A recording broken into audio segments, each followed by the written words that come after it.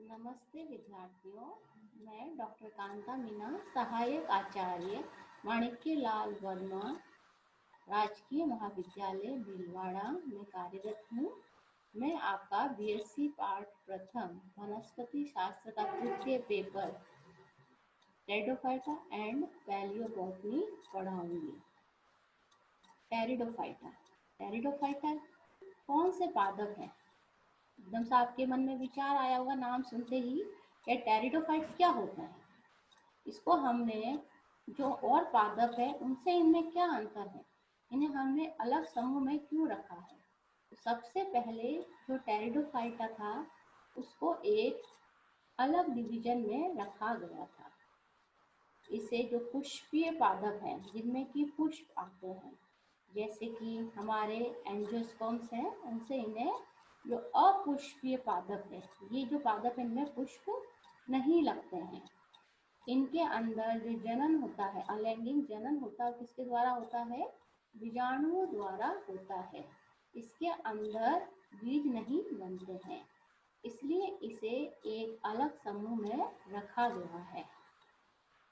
जो टेरिडोफाइट्स हैं, जो टेरो, ये जो शब्द है टेरिडोफाइटा कैसे दिया गया है? जो शब्द है टेरो, ये ग्रीक भाषा का शब्द है। ग्रीक भाषा का टेरो का मतलब होता है पंख के समान, फेदर। जो फेदर होता है, जो इसके जो पंख होते हैं पक्षियों के, उसके समान इसके जो प्रपत्र होते हैं उनका इस तरह ये दिखाई देते हैं, इसलिए इनको हमने फेदर लाइक, पक्षियों के जो पंख होते हैं उनके समान इनकी आकृति होती है पत्तियों की, इसलिए इसे हम लोग टेरिडोफाइटा मीन्स पादप, ऐसे पादप जिनके जो प्रपत्र होते हैं, फ्रॉन्ट्स जिसे हम बोलते हैं, वो पक्षियों के फेदर के समान होती है। जैसे कि जो कि हमारे जो हायर फॉर्म्स है उनमें इस तरह की पत्तियां पाई जाती हैं। जो लोअर क्रिप्टोगेम्स हैं जैसे एल्गी, फंजाई, ब्रायोफाइट, उनके साथ इसको रखा गया था प्राचीन काल में टेरिडोफाइट्स को। इससे हम लोग क्यों रखा गया? क्योंकि इसके अंदर जो सीड्स नहीं पाई जाती है और इसमें जो अलैंगिक जनन होता है किससे होता है? बीजाणुओं के द्वारा होता है। इसको हम लोग जो ये है टेरिडोफाइट्स है, इसको हम लोग वैस्कुलर क्रिप्टोगेम्स के नाम से जानते हैं।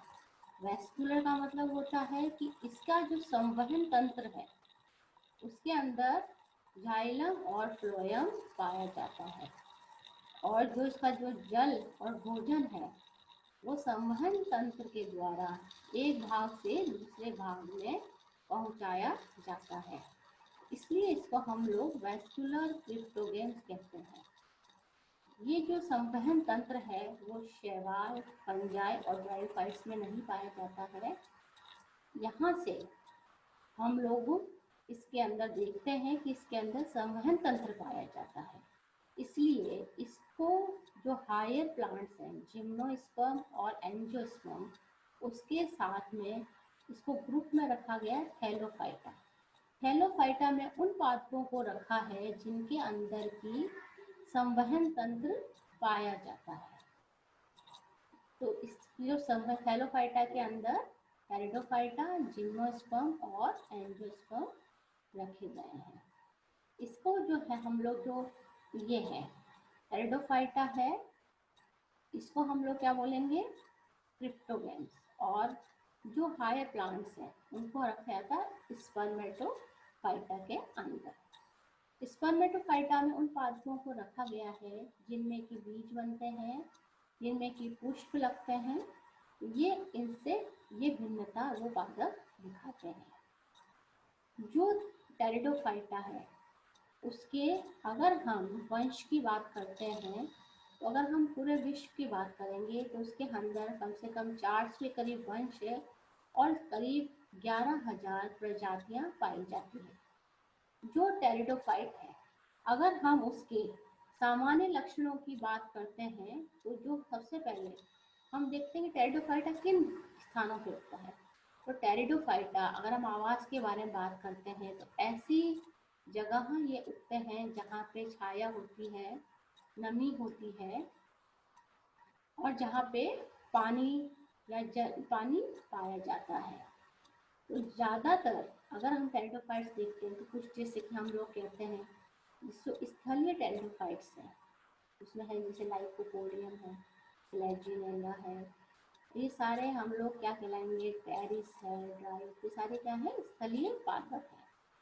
आवास के हिसाब से अगर हम टेरिडोफाइट्स का विभाजन करते हैं तो सबसे पहले अगर हम देखते हैं कि कौन कौन से आवासों में ये पाया जाता है, तो जल में जो टेरिडोफाइट्स पाए जाते हैं तो वो कौन से टेरिडोफाइट्स हैं, जल में पाए जाने वाले टेरिडोफाइट्स हैं, जैसे कि एजोला है, मार्शिलिया है, सेल्विनिया। ये सारे जो टेरिडोफाइट्स हैं कहाँ मिलते हैं, पानी के अंदर पाए जाते हैं, दलदली भूमि के अंदर।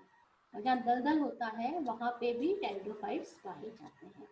तो दलदली भूमि जो टेरिडोफाइट्स पाए जाते हैं वो है जैसे आइसोटीज, वो हमें कहाँ मिलेगा, जहाँ पे हल्का दलदला नुमा पानी भी होगा, हल्का दलदल टाइप होगा, वहाँ पे ये हमें मिलते हैं। इसके अलावा जो टेरिडोफाइट्स हैं वो अधिपादप के रूप में भी लगते हैं। इसका उदाहरण है लाइकोपोडियम फ्लैगनेरी।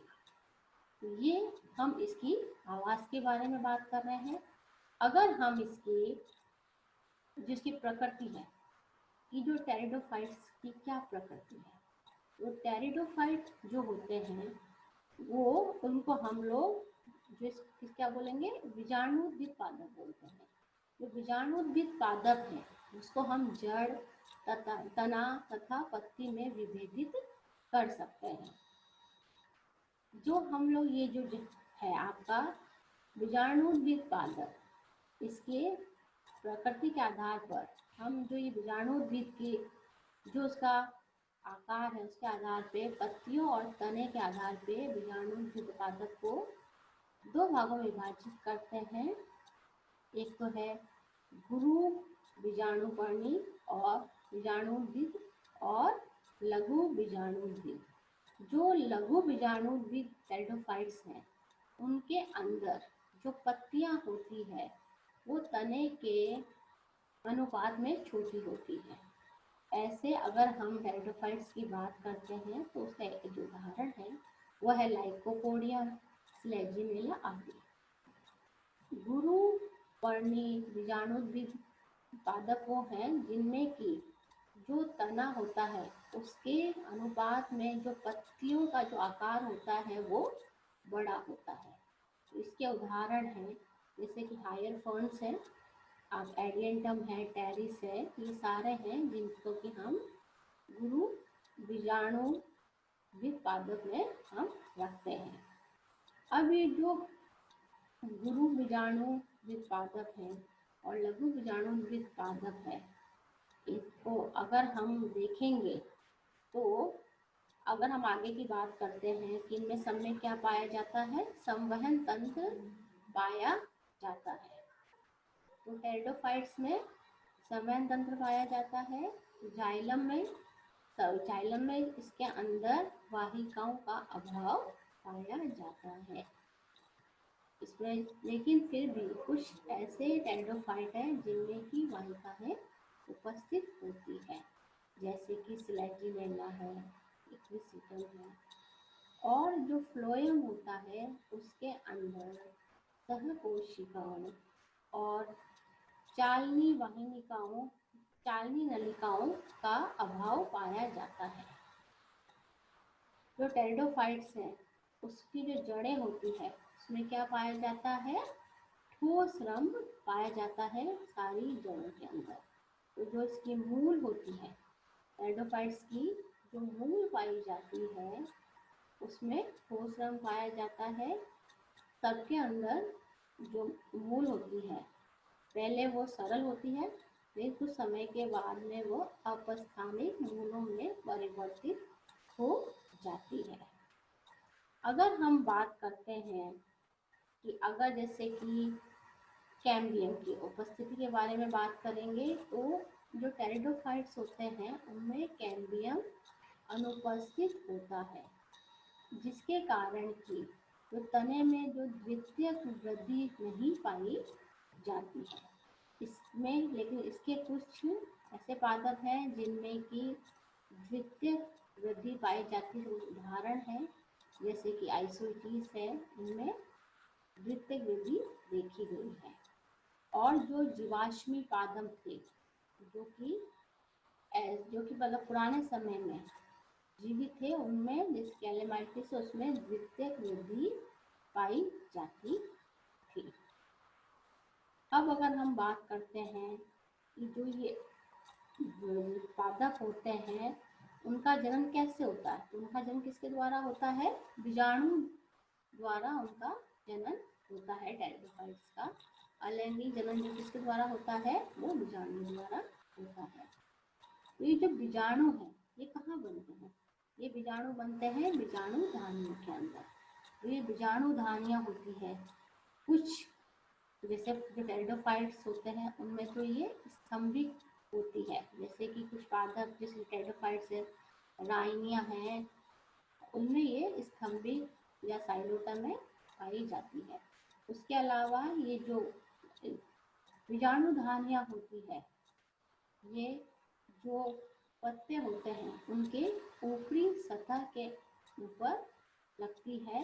और तो इस तरह की जो बीजाणु धानियाँ होती है वो किस में पाई जाती है? जैसे कि लेजिनेला है, लाइकोपोडियम है, वहाँ पे ये ऊपरी सतह पर रखकर एक शंकु का निर्माण करती है।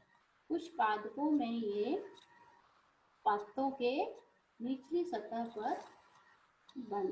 सतह पर ये पाए जाते हैं।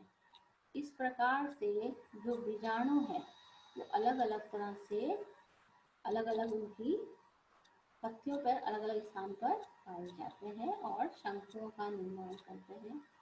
कुछ टेरिडोफाइट्स में अगर हम बात करते हैं तो जो टेरिडोफाइट्स होता है तो उसके अंदर कुछ जो बीजाणु धानियाँ हैं ये अलग तरह से कुछ स्ट्रक्चर बनाती है, जिनको भी हम क्या बोलते हैं? बीजाणु फलिका। ऐसे जो बीजाणु धानियाँ फलिकाएं होती है वो पाई जाती हैं। इसके अंदर पाई जाती है जिसको हम बोलते हैं बीजाणु पर्ण पौधों पर दूध, जिससे बीजाणु धानियाँ उनको बोलते हैं बीजाणु फलिका। ये कहाँ लगती है? जैसे कि आपके है मार्शीलिया है, इन पे ये बीजाणु फलिकाएं लगती है, स्पेशल कैरेक्टरिस्टिक फीचर है। अब हम अगर बात करते हैं बीजाणु धानी परिवर्धन के बारे में, तो जो बीजाणु धानी का परिवर्धन होता है वो किस प्रकार से होता है? तो बीजाणु धानी का जो परिवर्धन होता है वो दो प्रकार से होता है। एक तो हम बोलते हैं लैक्टोस्पोरेंजिएट, है ना, और तनु बीजाणु धानीय, इसको या तो तनु बीजाणु धानीय परिवर्धन और लैक्टोस्पोरेंजिएट परिवर्धन बोलते हैं। इसके अंदर जो बीजाणु धानी होती है वो एक प्रारंभिक कोशिका से ही पूरा बीजाणु धानी का निर्माण हो जाता है या परिवर्तन होता है। तो इस प्रकार की जो बीजाणु धानी होती है वो मिट्टी हायर फॉर्म्स में है, जैसे कि मार्शीलिया है, सैल्विनिया है। जो दूसरे तरह का प्रकार का जो बीजाणु धानी परिवर्तन है उसे बोलते हैं हम लोग यूस्पोरेंजिएट। यूस्पोरेंजिएट मतलब जो उसका जो परिवर्धन है वो कोशिकाओं के समूह से होता है। तो जो बीजाणु धानी बनती है किससे होगा?